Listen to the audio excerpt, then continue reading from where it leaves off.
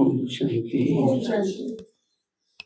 तो विशेष आज एक बहुत अच्छा विषय पर चर्चा करेंगे, जो आज बाबा ने कहा बुद्धि का योग। क्योंकि रेस में आगे बढ़ने का आधार क्या है?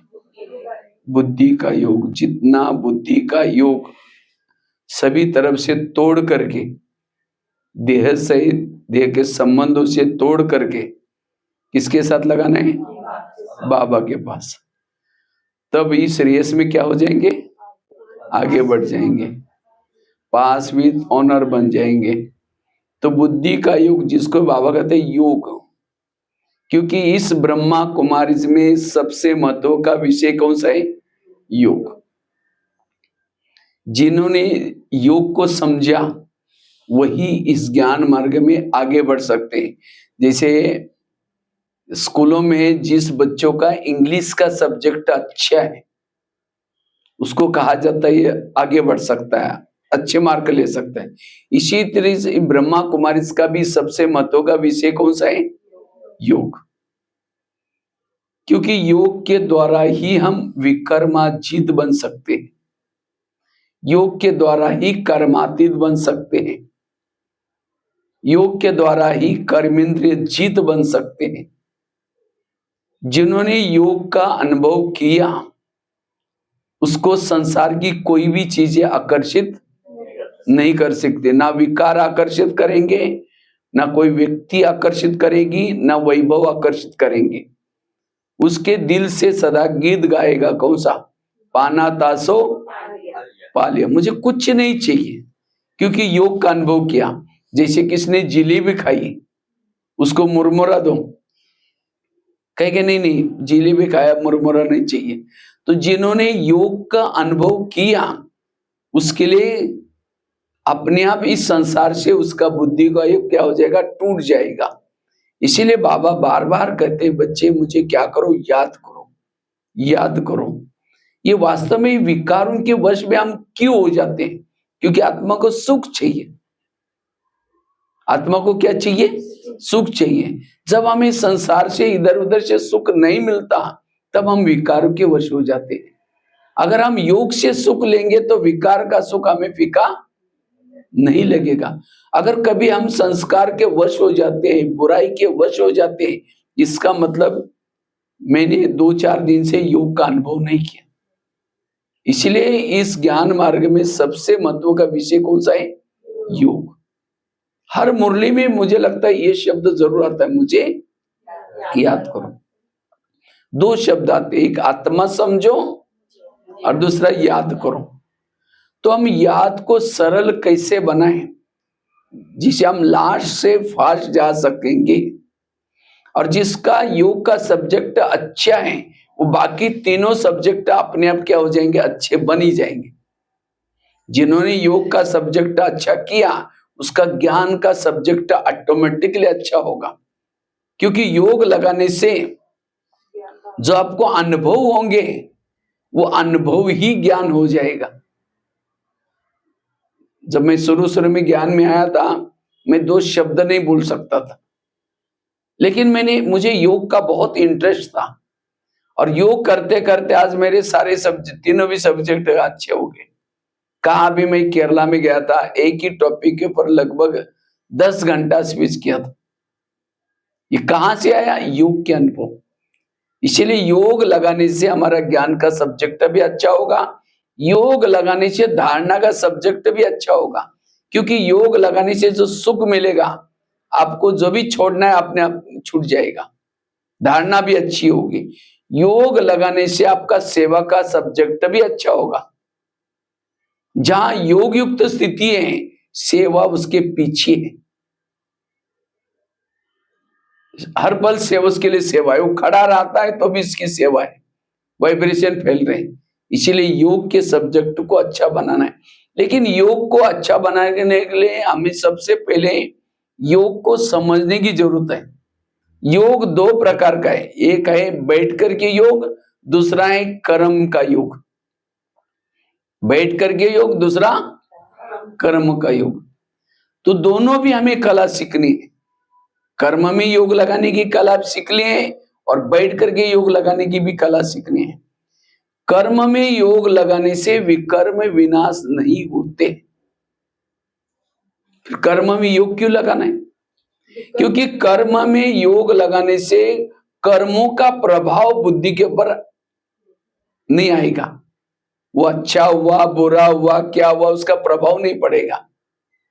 और कर्म में योग लगाने से जो कर्मों को हम देखते हैं, देखते हुए भी न देखने की अवस्था बनी रहेगी। वो बातें फिर बैठक योग में हमको याद नहीं आएगी। अगर कर्म में आप योग नहीं लगाया, जो सारा दिन देखा सुना, ये योग के समय वही याद आएगा। क्योंकि कर्म में योग लगाने से हाथ से कर्म हो रहे, लेकिन हमारी बुद्धि परमात्मा की तरफ है। और वो कर्म भी कौशल्य तरक होगा। भले आप रास्ते में चल भी रहे हैं, कर्म योगी बनकर के चल रहे हैं, उस समय लोग देखने वाले कहेंगे देखो ये तो कैसा चल रहा है। लेकिन जिसका योग नहीं, वो क्या करेगा? इधर देखेगा, इधर देखेगा, ऊंट वाली चाल होगी। और जिसका योग है, वो कहीं भी कितनी अच्छी चीज है, उसका ध्यान सीधा जहां जा रहा है वही जाएगा, इधर उधर देखेगा नहीं वो। तब लोग देखने वाले कहेंगे अरे कितना अच्छा चल रहा है। वो कर्म में कौशलता आएगी। इसलिए हमें कर्म में क्या करना है, और कर्म में हानि हुआ, लाभ हुआ, क्या हुआ, कर्म करने के बाद वो बातें उसको याद नहीं आएगी। इसलिए हमें कर्म में योग, और जिसका कर्म का योग अच्छा है उसका बैठ करके योग अच्छा है, और जिसका बैठ करके योग अच्छा है उसका कर्म में भी योग लगेगा। इस तरह से साइकिल चलता है। लेकिन इन सबसे में से बैठक योग बड़ा महत्व का है। तो हमें बैठ करके योग कैसे लगाना है? बैठ करके योग लगाने के लिए दो चीजें काम आती है, एक मन और दूसरा बुद्धि। और ये दोनों में से भी महत्व के है बुद्धि। दोनों में से भी महत्व के है बुद्धि। क्योंकि बुद्धि है बॉस, मन है उसका नौकर। बुद्धि है कैमरा, मन है टीवी। बुद्धि है गाय, मन है बछड़ा। हम क्या करते हैं? आज हमें योग में प्रॉब्लम क्यों आते हैं? क्योंकि हम मन से ही योग लगाते हैं, बुद्धि का यूज नहीं करते। योग में बैठेंगे, शुरू करेंगे, मैं आत्मा हूं, शांत स्वरूप हूं, शक्ति स्वरूप हूं, आनंद स्वरूप हूं। अब जितने भी विचार आपको पता था खत्म हो गया। आप करेंगे क्या? जो बुद्धि देख रहे उसके विचार आना शुरू हो जाते हैं।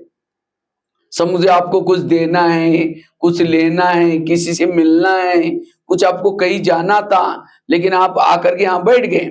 जब योग लगाना शुरू करेंगे, विचार देना बंद करेंगे, तो जहां जाना है वही, जहां बुद्धि है वही मन में विचार आएंगे।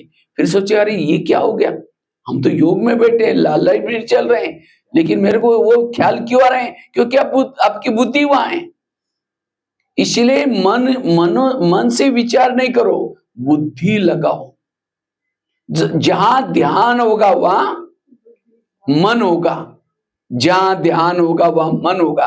तो इसलिए पहले जैसे गाय यही है, और बच्चों को मार पिटाई करके दूर भगाओ, जाएगा?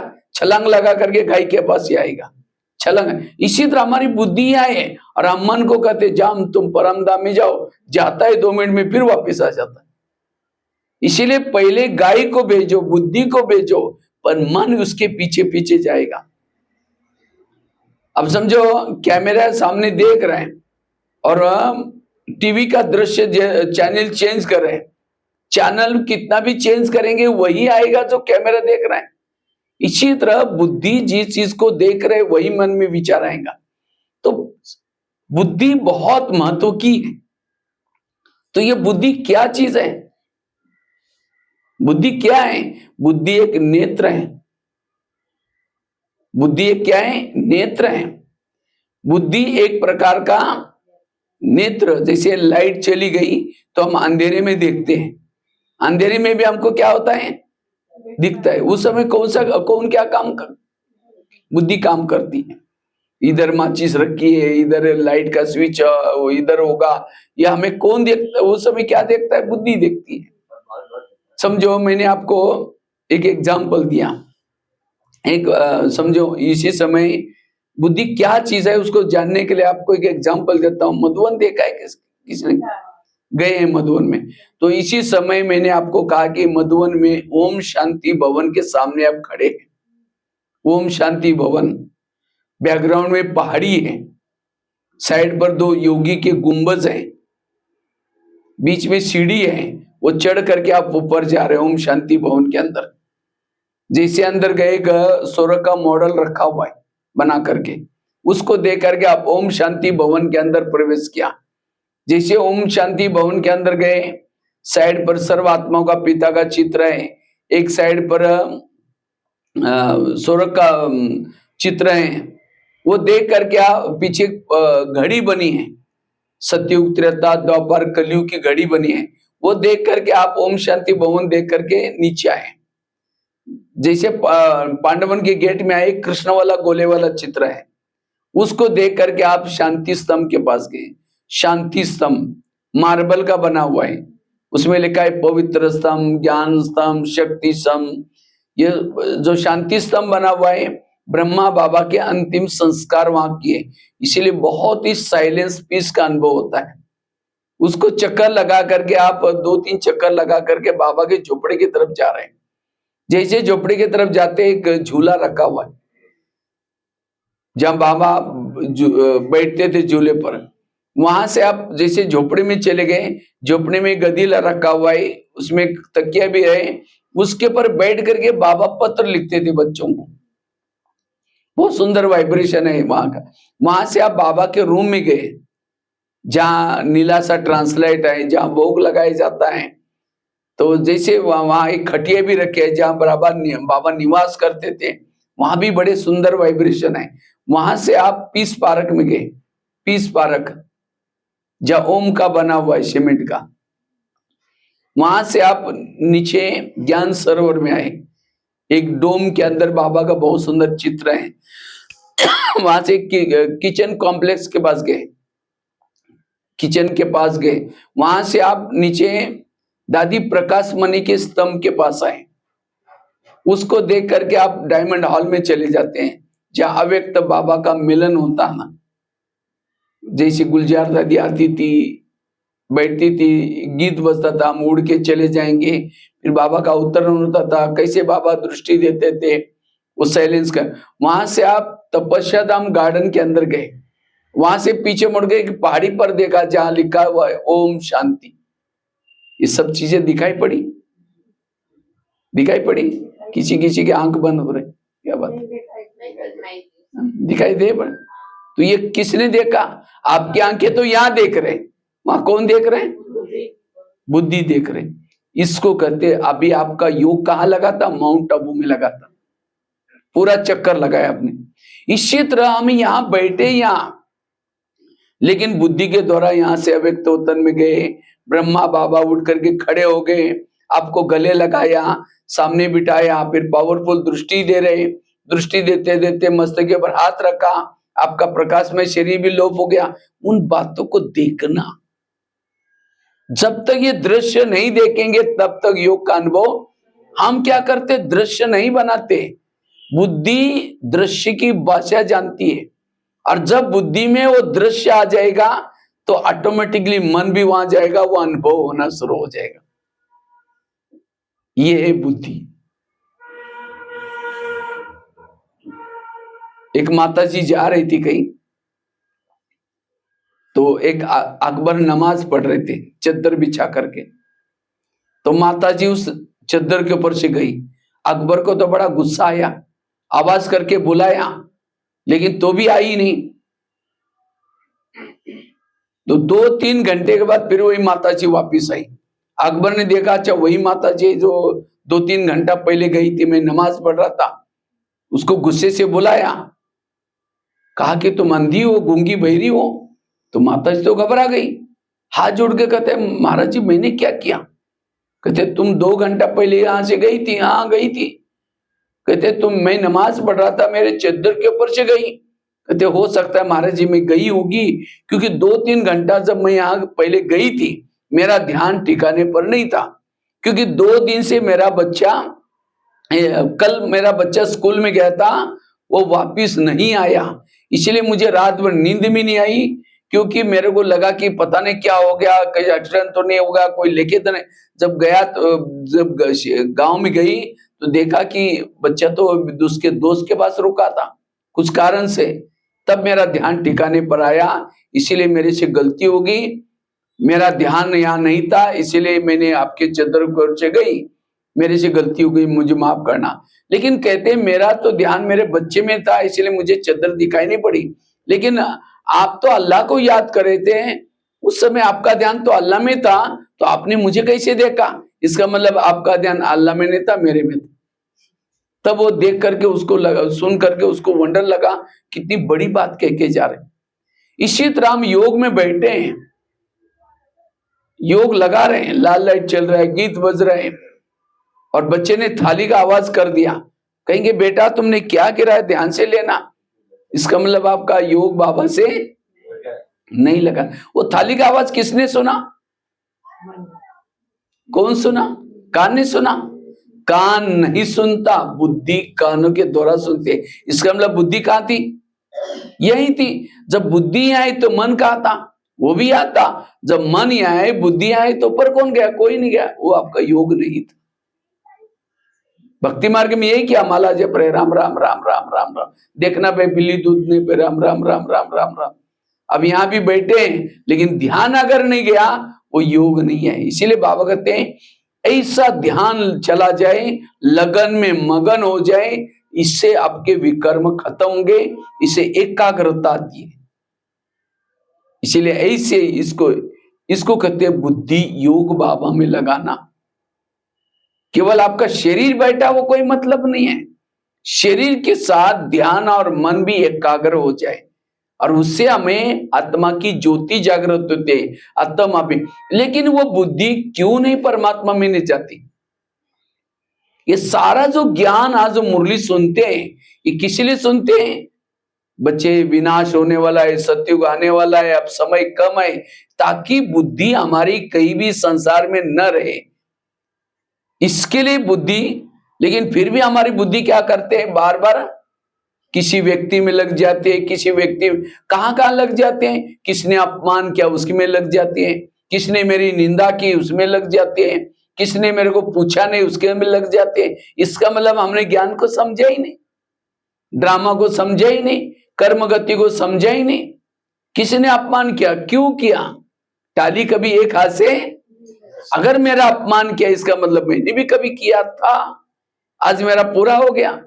इसीलिए हल्के बनो, बुद्धि को कभी भारी मत बनाओ। और जिसकी बुद्धि भारी है, वो बुद्धि उन व्यक्ति में लग जाती है। इसीलिए मेरा ध्यान कहीं भी न लगे, तब हमारा योग लगेगा। और जब बुद्धि जितनी बाबा के पास लगेगी, मन भी लगेगा, तब जाकर के हमारी आत्मा की बैटरी क्या होगी? चार्ज होगी।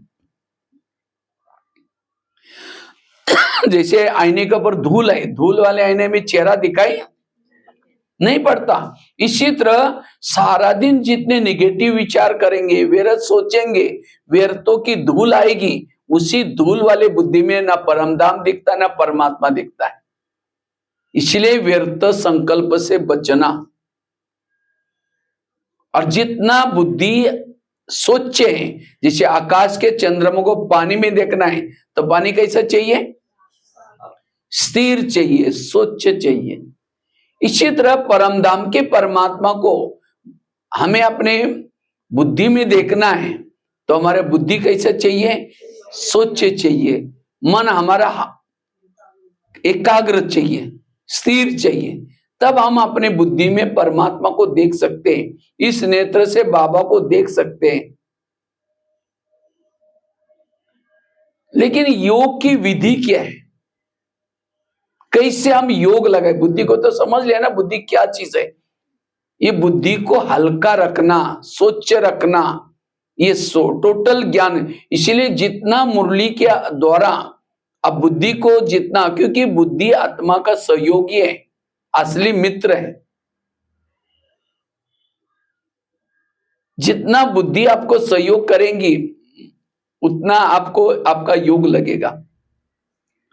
लेकिन योग की विधि क्या है? जैसे आजकल मोबाइल को चार्ज करते, तो मोबाइल को चार्ज करने की विधि क्या है? क्या विधि है? आजकल तो बूढ़ी बूढ़ी माताएं भी जानते हैं ना मोबाइल को कैसे चार्ज करते हैं।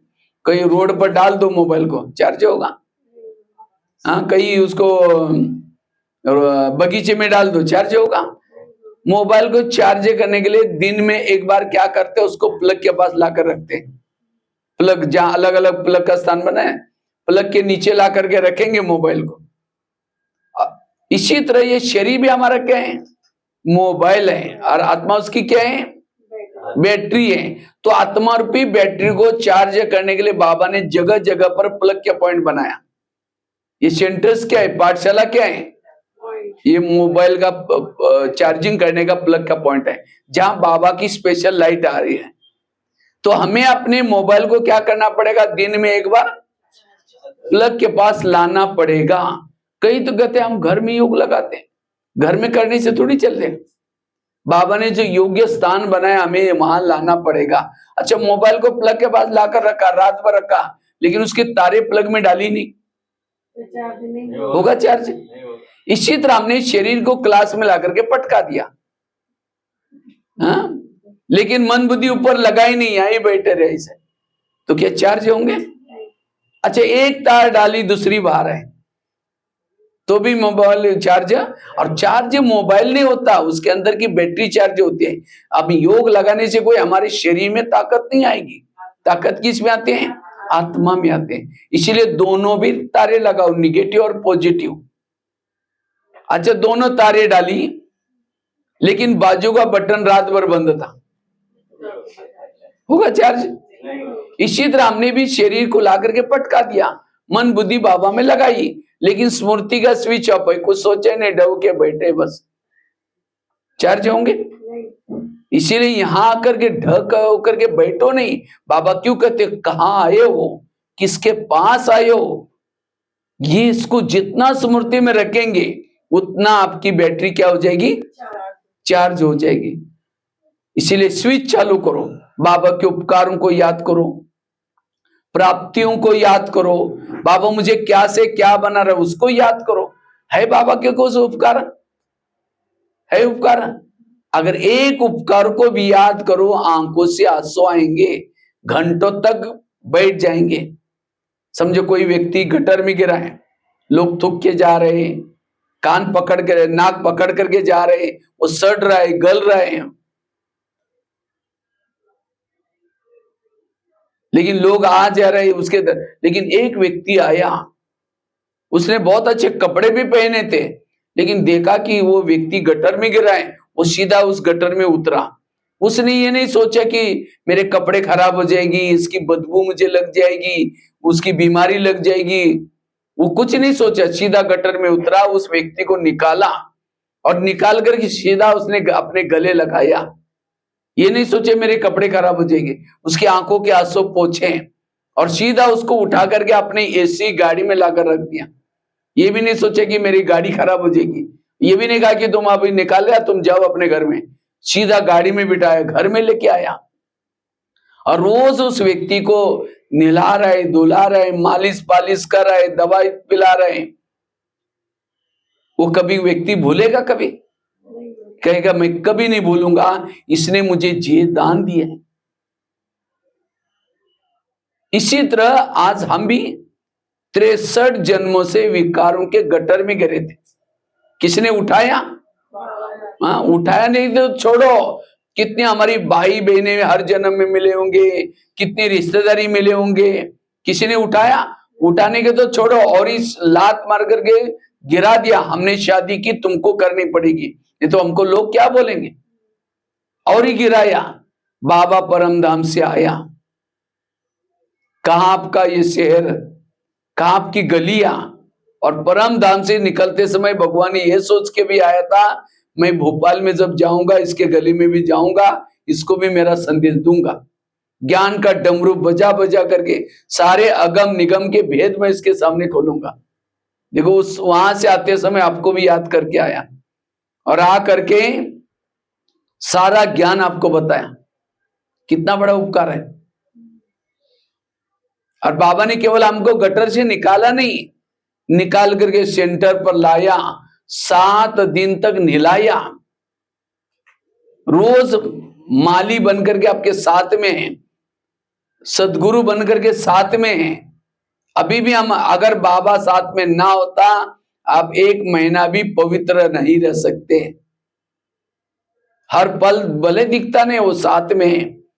तो ऐसे हमें योग में बैठ करके बाबा के उपकारों को याद करो, प्राप्तियों को याद करो। याद रखना, यहां जो आएगा इस सेंटर पर, उनका नाम जब तक सूरज चांद रहेगा, उनका नाम अमर रहेगा। ताली तो बजा। अभी भी हनुमान, गणेश, ये कौन है? जो 5000 साल पहले जिन्होंने परमात्मा के कार्य में मददगार दी थी, अभी भी उनके मंदिर है, अभी भी उनका नाम अमर है। 5000 साल हो गया तभी उनका नाम अमर है। और अभी जो करेगा अगले कल्प के लिए नूद हो गया। जो यहां आएगा उनका नाम अमर रहेगा। इसलिए प्राप्तियों को याद करो, उपकारों को याद करो। जैसे कोई बच्चों को आईआईटी में एडमिशन मिलता है तो मम्मी पापा क्या करते हैं? सबको लड्डू पेड़ा बांटते हैं। क्यों? मेरे बच्चे को कहाँ एडमिशन मिला है? आईआईटी में। पास नहीं हुआ, केवल एडमिशन मिला है तो भी लड्डू पेड़ा बांटते हैं। और आपको कहाँ एडमिशन मिला है? प्रिंस प्रिंसेस के कॉलेज में। को लड्डू पेड़ा बांटा है आप लोगों ने? हाँ, पड़ोसी वालों को क्यों लड्डू पेड़ा क्यों बांट रहे हैं? मुझे प्रिंस प्रिंसेस के कॉलेज में एडमिशन मिला है। नशा ही नहीं है। और यहाँ गारंटी है कि यहाँ जो आएगा स्वर्ग में जरूर जाएगा। कृष्ण अर्जुन को कहता है, हे अर्जुन, ये युद्ध करते तुम भागो नहीं, युद्ध करते करते तुम हार भी जाओगे तो भी स्वर्ग में जाओगे। अगर जीत जाओगे तो ऊंचा पद मिलेगा। ये संगम युग के युद्ध की बात है। ये युद्ध करते करते अगर कोई संस्कार के वश भी हो गए तो भी यहां आना छोड़ो नहीं, स्वर्ग में जरूर जाओगे। इसलिए हमें इस युद्ध में तो सारी बातें यादगार बन जाते। अच्छा, स्विच चालू किया, दोनों तारे डाली, मोबाइल को प्लग के पास लगा, लेकिन तार प्लग में डाल रहे, फिर निकाल रहे, डाल रहे, निकाल रहे, तो क्या बैटरी चार्ज होगी? इसी तरह हम भी क्या करते हैं, कभी कभी मन बुद्धि बाबा में लगाते हैं, कभी निकालते, कभी लगाते निकालते। कैसे? समझे कोई माता योग लगाने के लिए आ रहे हैं और आते आते रास्ते में देखा कि बहुत अच्छा सब्जी वाला जा रहे, बैंगन की सब्जी लेके जा रहे हैं। फिर सोचेगा वाह, आज शाम को इसकी सब्जी बनाएंगे। पहले सोचे कि जाकर के योग करेंगे, जाते समय लेके जाएंगे। यहाँ करके बैठे, लाल लाइट चल रहा है, गीत बज रहे, शुरू करके मैं आत्मा हूँ, शांत स्वरूप हूँ, शक्ति स्वरूप हूँ। फिर सोचा अरे झोला तो थैला तो लाए नहीं, वो सब्जी कैसे लेके जाए? तार प्लग से निकल गई। फिर कहेंगे ठीक है, उसके पास अब प्लास्टिक का झोला तो होगा, उसमें लेके जाएंगे। फिर कहेंगे मैं आत्मा हूँ, शांत स्वरूप हूँ, शक्ति स्वरूप हूँ। फिर सोचेंगे गैस के ऊपर जो दूध रखा था शायद उसको बंद किया था या कम किया था, या बंद किया था या कम, चलो कोई बुझा देगा, मैं आत्मा हूँ, शांत स्वरूप हूँ, शक्ति स्वरूप हूँ। फिर सोचा अरे घर में तो मेहमान आने वाला था, मैंने सोचा उसके लिए छोले बनाऊं, लेकिन रात को तो भिगो ही नहीं। बातों में चलो छोले कुछ और बना देंगे। फिर कहेंगे मैं आत्मा हूँ, शांत स्वरूप हूँ, शक्ति स्वरूप हूँ। माना तार डाल रहे, कभी निकाल रहे, डाल रहे, निकाल रहे, तो क्या बैटरी चार्ज होगी? हाँ? सामने वाला बैठने वाला सोचेगा वाह, इन्होंने आधा घंटा योग किया, लेकिन इनका योग कहाँ लगा हुआ है? वो सब्जी वाला योग। हाँ, उसको सामने आंखों से बाबा का चित्र देख रहे हैं, लेकिन बुद्धि रूपी आंख क्या देख रहे हैं? वो गैस को दिखाई पड़ रहा है, उसको क्या कम किया था या बंद किया था। वो आपका योग नहीं है। इसलिए योग के समय कोई भी बातों का प्रभाव योग में ना हो। जहां प्रभाव है वहां बुद्धि अटकती है, लटकती है, भटकती है, चटकती है। इसलिए बुद्धि के ऊपर एक बाबा का प्रभाव चाहिए। और बाबा का प्रभाव करने के लिए योग में आते समय बुद्धि से बातें करते आओ। हे बुद्धि, अब तुमको आधा घंटे के लिए परमधाम जाने का मौका मिला है, तो उस परमधाम में कोई भी नहीं जा सकता, मैं भी नहीं जा सकता, तुमको जाने का मौका मिला है। हे बुद्धि, तुम इधर उधर नहीं जाना, तुमने इधर उधर भटका करके मुझे कैसे क्या बनाया। ऐसे अपने बुद्धि से बातें करते आओ। और जैसे बुद्धि को कहो कि अब तुम्हारी शुभ यात्रा जाओ, हाँ, तो बुद्धि चलते चलते परमधाम में गई या कहीं और गई, कैसा पता चलेगा? कैसा पता चलेगा? मन में अगर निगेटिव कोई विचार आ रहे हैं, जैसे मैंने बताया ना, सब्जी याद आ रही है, बुद्धि को कोई बुद्धि तुमको जाना तो परम धाम तो कहां चली गई? क्योंकि जहां बुद्धि गई है, कैमरा जहां है, टीवी में वही दृश्य आएगा। अगर मन में कोई निगेटिव बातें आ रहे हैं, इसका मतलब बुद्धि मेरी वहां लगी है। ये युद्ध है। आप बुद्धि बाबा में लगाते हैं, माया क्या करते हैं, वहां से निकाल करके कहीं और लगाते हैं। और जब जैसे बाती जल रहे हैं, अब बाती जब तब जलेगी जब वो तेल के अंदर डूबी है। अब तेल से बाती को बाहर निकाल दो तो क्या हो जाएगा? बाती बुझ जाएगी। इसी तरह माया क्या करते हैं, आपके बुद्धि को निकाल करके तेल के बाहर, परम धाम से कटोरे से निकाल करके बाहर रख देती है, तो दीपक क्या हो जाता है? तो आपका काम है बार बार बुद्धि को परम धाम में बाबा के साथ रखना, और तब आपका दीपक क्या हो जाएगा? जागृत हो जाएगा। तो ये है योग की विधि। योग की विधि क्या है? मोबाइल को प्लग के पास लाकर रखना, दोनों तारे डालना, स्विच चालू करना, बार बार तारों को डालना निकालना नहीं है। लेकिन कई कहते हैं हम जब योग में बैठते तो मेरी आत्मा परम धाम में जाती ही नहीं। तो क्या योग में आत्मा परम धाम में जाती है? जैसे मैंने मोबाइल का एग्जांपल दिया, क्योंकि आजकल कई हम टीवी में, फेसबुक में, यूट्यूब में कोई ऐसा वीडियो देखते हैं, योगी योग में बैठा, जैसा बैठा उसके अंदर एक ज्योति भी निकली और ऊपर से घूम करके गए के परम धाम में पहुंच गए। लेकिन हम जब बैठते तो हमारा कुछ निकलता ही नहीं, तो हमें लगता है मेरा युग लगता ही नहीं। अब जैसे मैंने मोबाइल का एग्जांपल दिया, तो जैसे मोबाइल में को चार्जिंग में लगाया, तो क्या बैटरी निकल करके प्लग में घुसने के लिए गई थी चार्जिंग के समय? तो बैटरी कहां थी? मोबाइल के अंदर ही थी। इसी तरह योग में जब हम बैठते हैं, हमारी आत्मा निकल कर परम धाम में नहीं जाती, मन बुद्धि जाती है। जैसे अभी आपको मैंने मधुवन का एग्जांपल दिया था, तो क्या आत्मा निकल करके गई थी वहां? आपकी आत्मा तो, अगर आत्मा शरीर से निकल जाएगी, शरीर लुढ़क जाएगा तुरंत। आत्मा एक बार इस धरती पर आती है, केवल शरीर छोड़ने के बाद तुरंत निकल करके जाते हैं, उस शरीर में प्रवेश करते हैं। बाकी बीच में आत्मा कभी भी शरीर से नहीं जाती, केवल बुद्धि जाती है। इसलिए बुद्धि को समझना, बुद्धि को संभालना। जैसे बड़ा बड़ा कैमरा होता है ना, जब कैमरे को क्या करते हैं, स्टार्ट करते हैं मोबाइल बड़ा कैमरा, तब उसका लेंस खुल जाता है। जैसा काम पूरा हुआ, लेंस क्या हो जाता है? अपने आप बंद हो जाता है। इसी तरह हमें भी क्या करना है, बुद्धि को जब काम आए जरूरी तब बुद्धि को निकालो, बाकी सब बुद्धि को बंद करके रखो। जितना बुद्धि के ऊपर से धूल मिट्टी से बच जाएगा, उतना परम धाम को देखना इजी हो जाएगा। लेकिन हम क्या करते हैं, फालतू बात, छोटी छोटी बातों में बुद्धि लगाना शुरू करते हैं। ये ऐसा क्यों हुआ, ये क्यों हुआ, वो क्यों हुआ, और बुद्धि के ऊपर बहुत सारा धूल मिट्टी होते हैं, और इसीलिए परम धाम परमात्मा हमें दिखता नहीं है। इसीलिए बुद्धि को क्लीन रखो, क्लियर रखो, स्वच्छ रखो। जितना ये ज्ञान योग सुनते, योग जितना हम मुरली को अच्छी तरह समझते हैं, बुद्धि क्लीन हो जाती है, स्वच्छ हो जाते हैं। इसलिए बुद्धि को, लेकिन योग हमें रोज, एक तो अमृत वाला का योग अच्छा करना है, दूसरा नुमा शाम का रोज हमारा 2-3 घंटा बैठ करके योग चाहिए। तो अमृत वाला कौन कौन करता? हाथ खड़ा करो।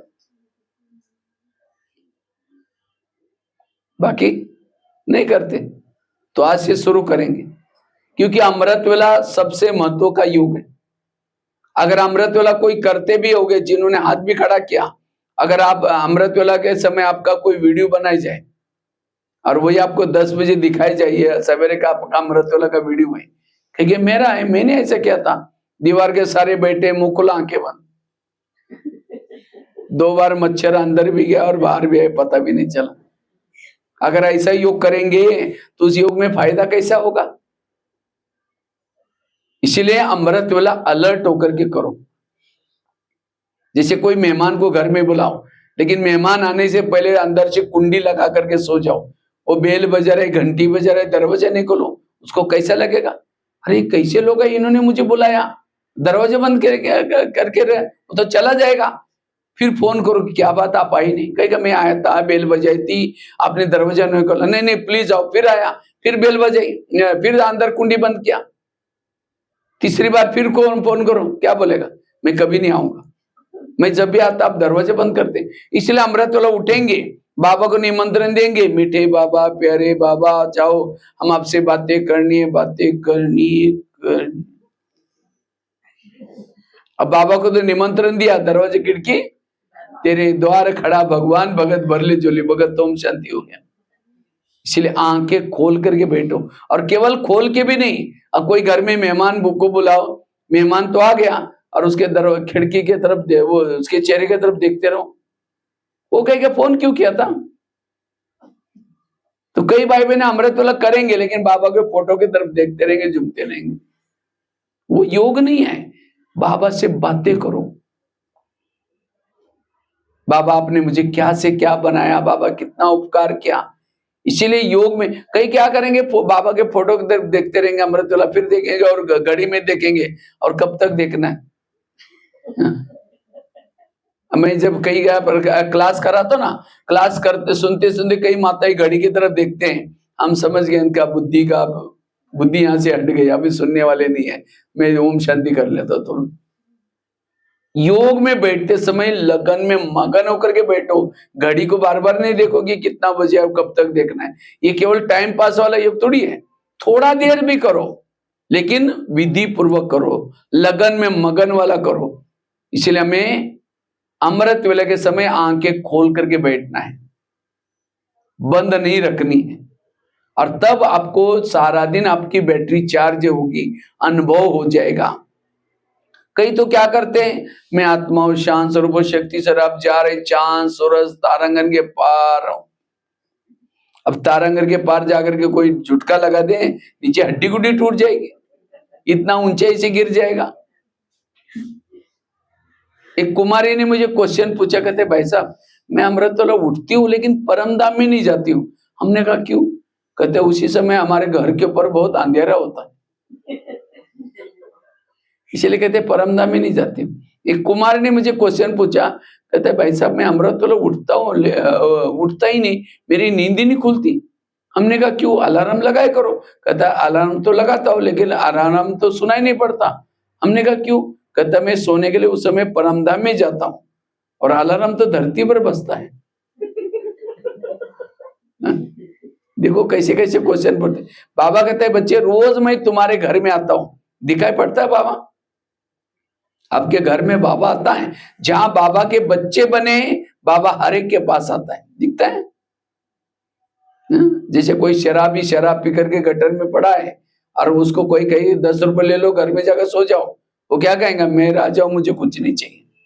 इसी तरह अमृतवेला बाबा वरदाना का झोला लेके आता है, पूछता है बच्चे कुछ चाहिए, लेकिन हम ऐसे झूम रहे कुछ नहीं चाहिए, मैं राजा हूं। इसीलिए होश में बैठने की जरूरत है, होश में जो बैठेगा बाबा दिखाई पड़ेगा। इसलिए निद्रा के नशे में नहीं बैठो।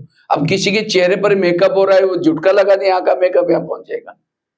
इसलिए हम अमृतवेला अलर्ट होकर के, अच्छी होकर के करना है। जिसका अमृतवेला का योग अच्छा है उसकी सारा दिन आत्मिक स्थिति रहती है। बाबा अमृतवेला सवेरे सवेरे क्या करता है, सारे लोग दुनिया के सोए हैं, जैसे कोई माँ क्या करते हैं, कोई बच्चा जो ज्यादा प्यारा होता है सारे बच्चे सो जाते हैं, उसको अकेले को उठा करके माल पानी खिलाते हैं। कोई माँ ऐसी भी होती है। तो इसी तरह परमात्मा क्या करता है, जब सारी दुनिया के लोग सोए हैं अमृतवेले के समय, जो प्यारे बच्चे उनको उठा करके उसके भाग्य में लिखता है मैं तुमको सोने के महल दूंगा। वो तो लिख रहे हैं लेकिन हम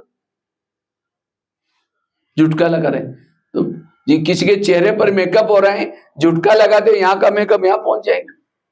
इसीलिए बाबा भाग्य लिख रहे हैं तो उसको तो धन्यवाद दो। इसलिए बाबा कहते हैं ना, जैसे कहावत भी बने, जब भगवान भाग्य में लिख रहे थे सो रहे थे क्या। इसलिए हमें अमृतवेला को अच्छी तरह एंजॉय करना है, अलर्ट करना है। जो अमृतवेला योग नहीं करते वो सतयुग में नहीं आते, वो कहाँ आते हैं? त्रेता युग में चले जाते हैं। इसलिए हमें अमृत वेले के ऊपर अटेंशन देना है। अब नया साल आने वाला है, अभी पुराना साल 2023 जाने वाला है, तो इसीलिए अभी से आप क्या करो, अभी भी कितने दिन बाकी हैं, 6-7 दिन बाकी हैं, तो आज से अभी अगले साल के लिए पक्का प्लानिंग बना दो कि मुझे अभी 2024 में अमृत वेला को अच्छी तरह एंजॉय करना है। जो हो गया उस बातों को बीती लगा दो, और जो अमृत वेला अच्छी तरह करता है, सारा सारा दिन उसकी बुद्धि कहीं भी यहां नहीं रहेगी, बुद्धि कहां जाएगी, ऊपर लगी रहेगी। अपने आप अमृत वेला करने से बुद्धि परम धाम, वो कर्म योगी अपने आप बन जाएगा। इसलिए हमें अमृत वेला अलर्ट होकर के, जागृत होकर के योग लगाना है। लेकिन अमृत वेला ढीला क्यों होता? अमृत वेला ढीला होने का कारण सोने की पहले की बेला, सोने के पहले क्या करते हैं हम लोग, बाबा को कहेंगे बाबा गुड नाइट, आज तो बहुत थके, रात को सोए, आज सारा दिन काम में धंधे के कारण दिन में सोए नहीं, रेस्ट नहीं किया, अभी मुझे इतनी नींद आ रहा है, अमृत वाला पता नहीं क्या होगा, लेकिन आप जरूर जगह देना मेरे को। बाबा को ही क्या करेंगे, काम दे करके कहेंगे आप जगह देना गुड नाइट करके, तो बाबा तो ओबीडिएंट सर्वेंट है, तो बाबा जगाता है। और सोने के पहले और क्या सोचेंगे, कल सवेरे उठना है, इतनी ढेर बर्तन मांजना है, ये करना है, इसने ऐसा बोला वैसा बोला करके सो गए। तो बाबा अमृत वाला उठाता है, उठाने के बाद फिर क्या घड़ी में देखेंगे, अभी तो कहेंगे 4 को 5 मिनट कमाए, थोड़ा और 5 मिनट लेटे लेटे रहेंगे, सोएंगे नहीं, ऐसे समझ करके 5 मिनट के बजाय 5 बजे का पता भी नहीं चलेगा। अच्छा उठ भी गए, योग लगाने बजाय नमाज पढ़ते रहेंगे। ये क्यों हो गया? क्योंकि रात को सोते समय ऐसे सोए। इसीलिए रात को सोते समय वैरागी बन करके, हो सकता है कोई अव्यक्त मुरली पढ़ करके सो जाओ। आजकल अव्यक्त मुरलियों की किताबें मिलती है मधुबन में, मुझे लगता है 15-20 रुपए में आते हैं, तो 2-3 किताबें ला करके अपने पास रखो, और रोज सोने से पहले कोई ना कोई मुरली पढ़ करके फिर सो जाओ। जिन्होंने रात को सोने के पहले वैराग नहीं किया, ऐसे सो गए, उसकी अमृत वाला ढीली, और जिसकी अमृत वाला ढीली उसका सारा दिन ढीला रहेगा। जैसे इंजन जब चलाते हैं स्टेशन से, थोड़ा मेहनत लगती है, एक बार इंजन स्टार्ट हो गया दौड़ता रहता है, केवल उसका ड्राइवर क्या करता है, उसको पटरी पर रखने की कोशिश करता है। इसी तरह जिन्होंने अमृत वाला मेहनत की, उसकी सारा दिन पुरुषार्थ रूपी ट्रेन दौड़ेगी, केवल श्रीमत और मर्यादा के पटरी पर रखने की जरूरत है। इसलिए अमृत वेला अलर्ट होकर के करना है। दूसरा, हमें क्लास के पहले, क्लास कितना बजे होती है यहाँ? 7:30। तो योग कितना बजे चालू हो जाता है? 7 बजे। 6:30 चल रहा है। हाँ चलता है, लेकिन आते कितने हैं? आज कौन कौन 6:30 बजे आए थे? हाथ खड़ा कर। 1 2, बस। योग तो चलता है, लेकिन फिर हम उसमें चलना चाहिए ना। चलो 6:30 तो छोड़ो, 7 से लेकर के 7:30, आधा घंटा क्लास के पहले योग सबको करना है। जो बिना योग करके करते हैं, केवल मुरली सुनते हैं, वो मुरलीदार, ये कोई महाराज जी के सत्संग, ये कोई और जैसे ज्ञान नहीं है। ये ज्ञान को धारणा में लाने के लिए योग चाहिए। बिना योग करके अगर हम बैठेंगे, और संगठन का योग कब मिलता है हमको? कब मिलता है? अमृत वाला तो घरों में करते हैं, शाम का समय भी घरों में करते हैं।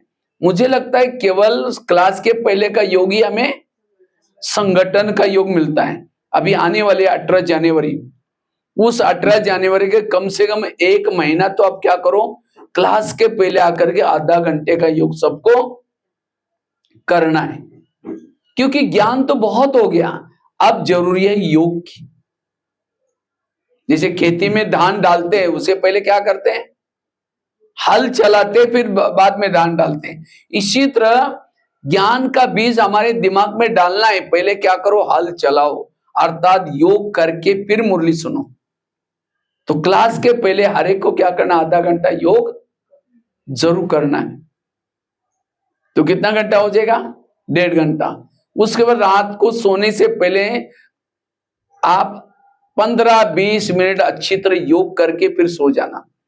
क्योंकि आजकल दुनिया का कोई भरोसा नहीं कि कल क्या होने वाला, कल हम जिंदे होंगे नहीं, तो कम से कम मरते मरते भगवान को याद में तो मरे, तो ताकि सदगति हो जाएगी। तो सोने से पहले कुछ भी हो जाए, हमें आधा घंटा 15-20 मिनट अच्छी तरह योग करके अपनी सारा दिन के अंदर जो जो कुछ गलत काम हुआ, अच्छा हुआ, सब बाबा को सुना करके हल्के होकर के बाबा के गोद में सो जाओ। और सोते समय एक विजन सामने लेना, जैसे आजकल पहले बाबा ने पहले मुरली में सुनाया, पहले लेसन में सुना है, शरीर क्या है तुम्हारी? गाड़ी है, और आत्मा उसका क्या है? ड्राइवर है। जैसे गाड़ी का ड्राइवर क्या करता है? सारा दिन गाड़ी को घुमा करके रात को कहां लगाता है? गैरेज में। और गाड़ी के अंदर नहीं सोता, सोने के लिए क्या करता है?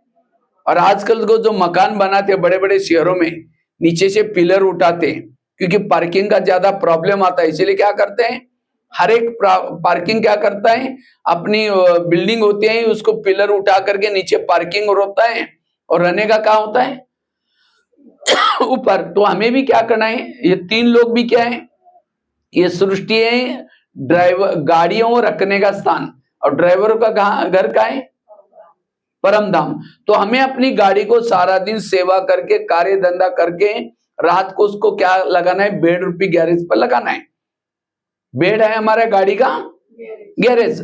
और उसके बाद जैसे ड्राइवर क्या करता है, कवर ढाकता है, लॉक करता है, गाड़ी को नमस्ते करता है, तो हमें भी बेडशीट कंबल डाल करके लॉक करके सोने के लिए कहां जाना है? परम धाम। लेकिन हम कहां सोते हैं? गाड़ी के अंदर ही सो जाते हैं। कल सवेरे ऐसा किसने ऐसा बोला, वैसा बोला, ये बोला, करते करते मन बुद्धि क्या हो गई, गाड़ी के अंदर सो गए। जब मन बुद्धि यहाँ है तो सारा दिन फिर योग युक्त स्थिति रहेगी नहीं। तो रात को सोते समय योग करके मन बुद्धि से क्या करना है, ऊपर जाकर के बाबा के याद में, बाबा के गोदी में सो जाओ। तो सवेरे उठते ही कौन याद आएगा? बाबा याद आएगा। अमृत वाला अच्छी करके नीचे आओ, तो सारा दिन आपको लगेगा मैं ऊपर से आई हूं, मैं आत्मा हूं, मैं ड्राइवर हूं। तो सहज बाबा की स्मृति नहीं। शाम का नुमा शाम का योग, उसके साथ ट्रैफिक कंट्रोल, अगर इतना भी योग करेंगे 3-4 घंटा आपका योग हो जाएगा। इसलिए योग के ऊपर ज्यादा से ज्यादा अटेंशन देने की जरूरत है।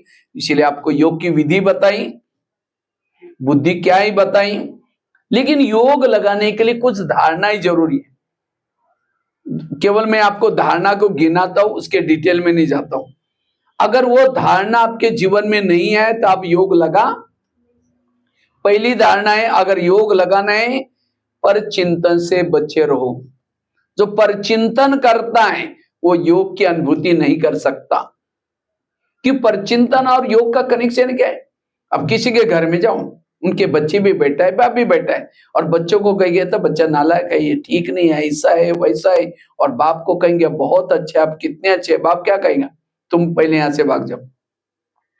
क्योंकि हर माँ बाप को अपने बच्चे क्या होते हैं, प्यारे।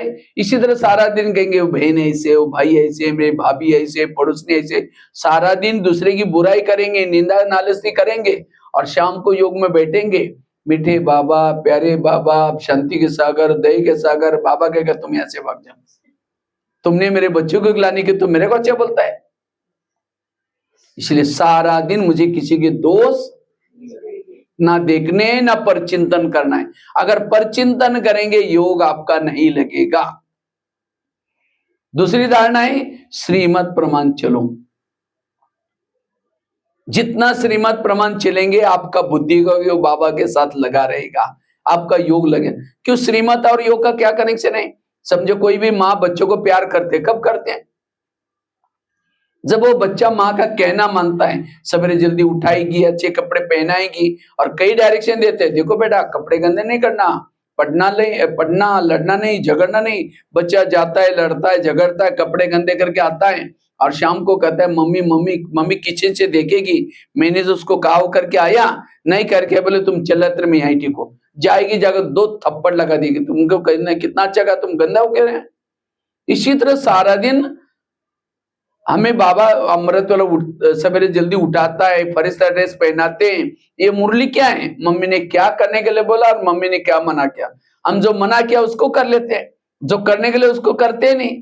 तो शाम को योग में बैठेंगे, बाबा बाबा करेंगे, बाबा परम धाम से देखता है मैंने जो उसको कहा करके आया, नहीं करके बोले तुम चले चिल्लाते रहो, मैं यही ठीक हूँ। फिर कहते योग लगता ही नहीं। अगर योग नहीं लग रहा है, दाल में जरूर कुछ काला है। योग मतलब केवल हमारे तरफ से नहीं, दोनों तरफ से प्यार होना चाहिए। बाबा भी कहेंगे, बच्चे बच्चे भी कहें। इसलिए बाबा क्यों हमें प्यार नहीं कर रहे हैं? क्योंकि हमने श्रीमत का उल्लंघन किया है। इसलिए जितना श्रीमत का पालन करेंगे, अपने आप योग लगा रहेगा, बुद्धि बाबा से जुड़ी रहेगी। तीसरी बात है, योग लगाने के लिए हमें आत्म अभिमानी स्थिति का अनुभव करना है। सारा दिन आत्मिक स्वरूप में रहना है। अगर सारा दिन देह के भान में रहेंगे, योग में बैठेंगे, बाबा का अनुभव नहीं होगा। ये गीत है ना हमारा, यही कहीं बाबा नजर नहीं आते। किसको नजर नहीं आते? जो देह के भान में, उसको बाबा नजर। इसलिए आत्म अभिमानी होकर के बैठो, सारा दिन आत्म अभिमानी होकर के चलो। योग में बैठते तो आत्मिक स्थिति में रहो, तब योग की अनुभूति होगी। इसलिए आत्म अभिमानी स्थिति का अभ्यास। एक भाई ने मुझे क्वेश्चन पूछा, अगर कोई बर्फ के पास जाएगा तो क्या अनुभव होगा? ठंडक का। उसके लिए कोई कमेंट्री करने की जरूरत नहीं, ओहो कितना ठंडा लग रहा है, कितना क्या करे, कमेंट्री करने। गरीब हो अमीर हो सबको अनुभव होगा। अगर कोई आग के पास जाएगा तो क्या? गर्मी का अनुभव होगा। उसके लिए कोई कमेंट्री करने की जरूरत नहीं।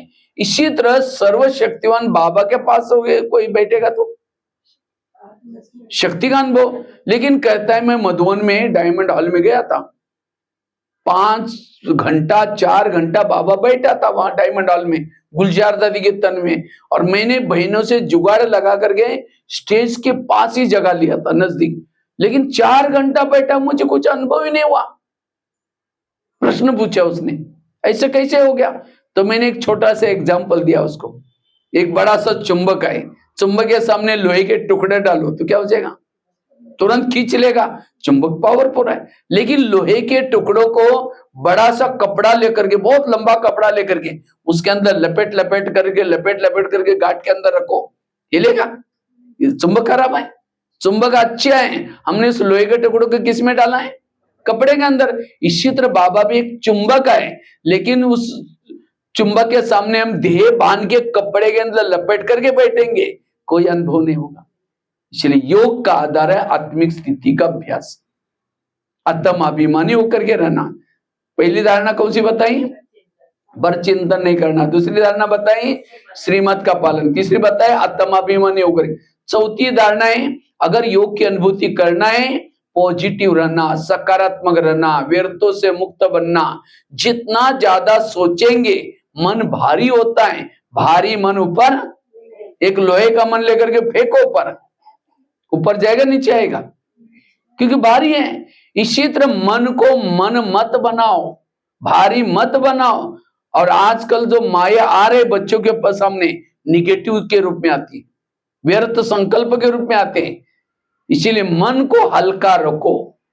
ये सारा ज्ञान ब्रह्मा कुमारी का मन को हल्का रखने के लिए, ड्रामा का ज्ञान, कर्मों का ज्ञान, जो हुआ अच्छा ज्ञान, ये सारा किसी ने कल था ना, कौन सी ड्रामा की, कौन सी बात से हम हल्के रहते हैं? ये ड्रामा की बात। इसलिए व्यर्थों से मुक्त बनना, मन को हल्का रखना, इसे योग लगेगा। 5वीं बात है, अगर हमें योग की अनुभूति करनी है, सारा दिन दुआएं लो। अगर किसी के आपके साथ बद्दुआएं हैं, समझो कोई सास है, बहू को मार पिटाई करके झगड़ा करके बैठी है, बहू के संकल्प निगेटिव चल रहे हैं और ये ऊपर उठने की कोशिश करे, उड़ेगी? वो नीचे खींच रहे हैं। इसलिए सारा दिन हमें दुआएं लेनी। दुआएं परमधाम जाने का विमान है, दुआएं लेना। छठी धारणा है, अगर योग की अनुभूति करनी है, योग युक्त रहना है, अपने संस्कारों का परिवर्तन करना। जितना संस्कारों का परिवर्तन करेंगे, योग लगेगा। जैसे कोई भी पति पत्नी से प्यार करता है, कब? जब वो पत्नी पति का कहना मानती है। इसी तरह जितना हम संस्कारों को परिवर्तन करेंगे, बाबा का प्यार मिलेगा। इसलिए संस्कारों का परिवर्तन। और लास्ट की 7वीं धारणा है, सोमानों के अभ्यास। जितना सोमान में रहेंगे, हम योग युक्त बन जाएंगे। इसलिए कुछ ये धारणा जरूरी है, इससे हमारी योग युक्त स्थिति बन जाएगी। इसलिए बुद्धि योग बाबा के साथ लगाने के लिए हमें योग की विधि पता होना जरूरी है, उसके लिए कुछ धारणाएं रहने की जरूरत है, तब हमारी बुद्धि सदा बाबा के साथ लगी रहेगी। ठीक है, ओम शांति।